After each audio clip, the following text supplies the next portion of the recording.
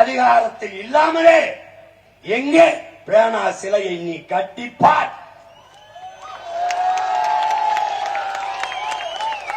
எங்கே நீ 8 வழிச்சாலை என் விளைநிலங்களை பறித்து என் வீட்டு மனைகளை வீடுகளை இடித்து என் மலையை நறுக்கி நொறுக்கி 8 வழிச்சாலையை நீ போட்டு பார். முடியல. சிப்காடுக்கு 2000-3000 ஏக்கர் விளைநிலங்களை கையகப்படுத்துவது எங்க? 1 ஏக்கர் நிலத்தை நீ எடுத்துப்ப.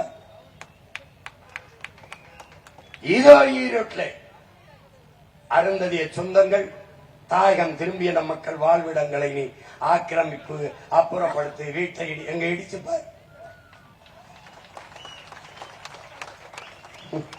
தம்பி ஆட்கள் தான் நம்பி நாங்க சின்ன சின்ன ஆளுங்க வேலையை ரொம்ப சீரியஸா செய்வோம்.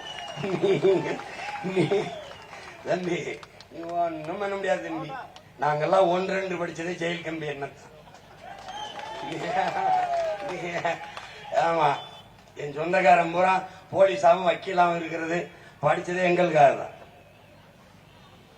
இந்திய நிலப்பரப்பில் ஒரே நாளில் 100 வழக்கு வாங்கின ஒருத்தருக்குன்னா நான் தான்.